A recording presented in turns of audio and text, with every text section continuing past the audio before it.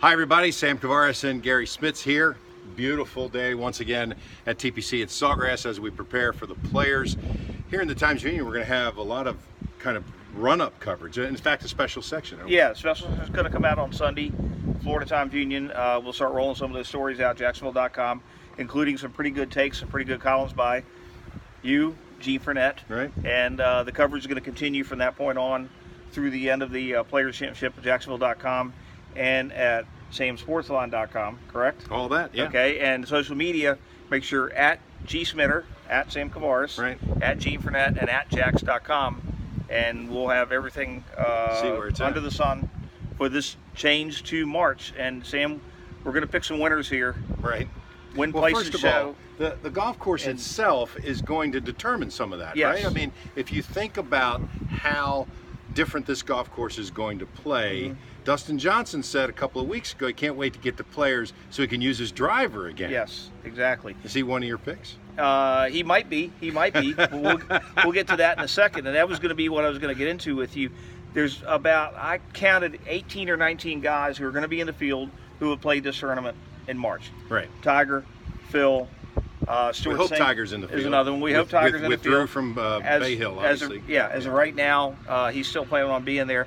And only two guys in the field have won in March, and that was Tiger Woods and Adam Scott. Mm-hmm. And of course, Tiger Woods is the only guy who's won in March and May. And in May, yeah. Given all that, given the fact the wind's going to change, that the longer hitters may actually have a slight bit of an advantage because it's going to be a little bit softer, wetter golf course because of the nature of the grass. Who's your first pick? Well, you know, I still like a guy who can really putt.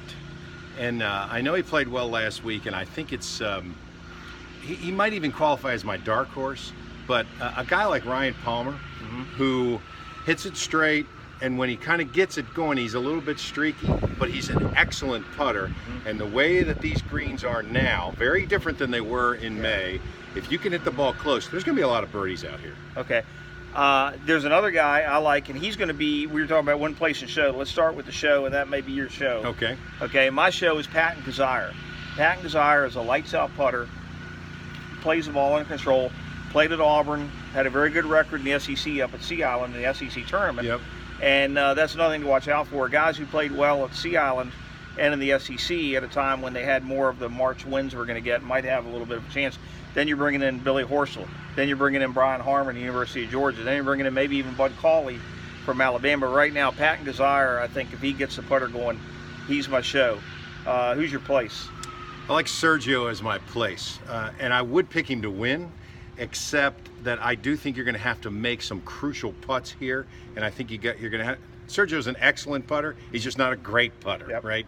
So I do think ball striking, and if they let their rough grow to about 3 inches at 300 yards, which is what they're talking about, right? Yeah. It's going to be as much a shot maker's golf course as anything because they can put the pins in such difficult places. I like Sergio only because he's the best ball striker still on tour. Okay. And my show is I'm going to go with Justin Rose, who I don't think it should come as any surprise anytime he ever wins any tournament.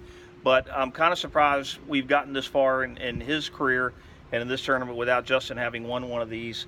And he's had some good rounds here and there, but he is kind of like this golf course. It fits him. It fits him. Yeah. He does nothing especially well, but he does everything pretty doggone good. Yeah. All right. You had to pick a winner right now. Tell me your winner. Okay. I'll go first on the winner. Right. I am going to go with Bryson DeChambeau. Wow. And I'm going to tell you a little inside thing here. I was interviewing Paul Azinger yesterday. He's a new NBC analyst replacing Johnny Miller. Paul played with Bryson in the Seminole Pro-Am. The Pro Guest. Yeah, the other day. Right. There were more top 10 players at Seminole than there were in the Honda Classic. Yeah. And Paul played with Bryson DeChambeau. He said he's thinking well, he's hitting it well. Right. He said the back tees at Seminole was all anybody could want to handle under any circumstances. They are. And he said he was talking to him. He said he's got a clear game plan for this. He said it's a point A to point B golf course, and you know this from watching it from years, as many years. And Bryson DeChambeau is a perfect point A to point B player. He's going to have everything figured out. He's going to be a little over analytical maybe, and who knows, that might hurt him because you still got to be a little creative. but I kind of like Bryson DeChambeau to win this thing. I like DJ. I like Dustin Johnson only because anybody who says I can't wait to get there is really thinking about winning this golf tournament, honing their game at a certain point. And if you put driver in his hand, and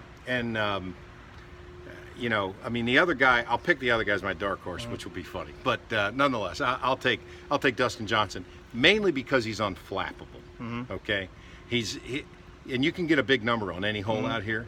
Yeah. And it doesn't bother him. And he's gotten better in this golf course in the last couple of years. Exactly. All right, your dark horse. And dark horse, if you really had to reach way down in the field and find somebody who can do this, I would, you know, my temptation was to go with Cameron Champ, who's going to be the longest hitter out here. But I think he's going to need a couple of more years to learn how to do this. But, you know, isn't it Russell Knox's time to contend at this thing? You're right. JU guy, came from Scotland. Understand. Now we're going to throw him in here and March wins, and I think the JU graduate Russell Knox, I think would be my dark horse. All right, so I don't know that Ian Poulter is really a dark horse, but you know, finished second here a couple years ago, and is the kind of guy that can win on this golf course because he gets himself fired up to win in America again for only the second time. That's the kind of thing he can do. Brooks Koepka can't be a dark horse. He could be when you look at the golf course. It doesn't fit him at all. Yeah. Because he's a guy who doesn't care where he hits it, just wants to hit it 350. So, but anybody who's won U.S. Open at Shinnecock probably can think his way around almost anything. Okay, that's our picks. Garry Smits, Sam Kouvaris, Florida Times Union, Jacks.com, coverage starting on Sunday with our special section. We'll have a few snippets here in between. SamSportsline.com. Follow Sam on Twitter the week of the tournament, at Sam Kouvaris. Follow myself, at G Smits. Follow our columnist, Gene Fournette, at G Fournette, and at Jacksonville.com. Thanks. Thank you.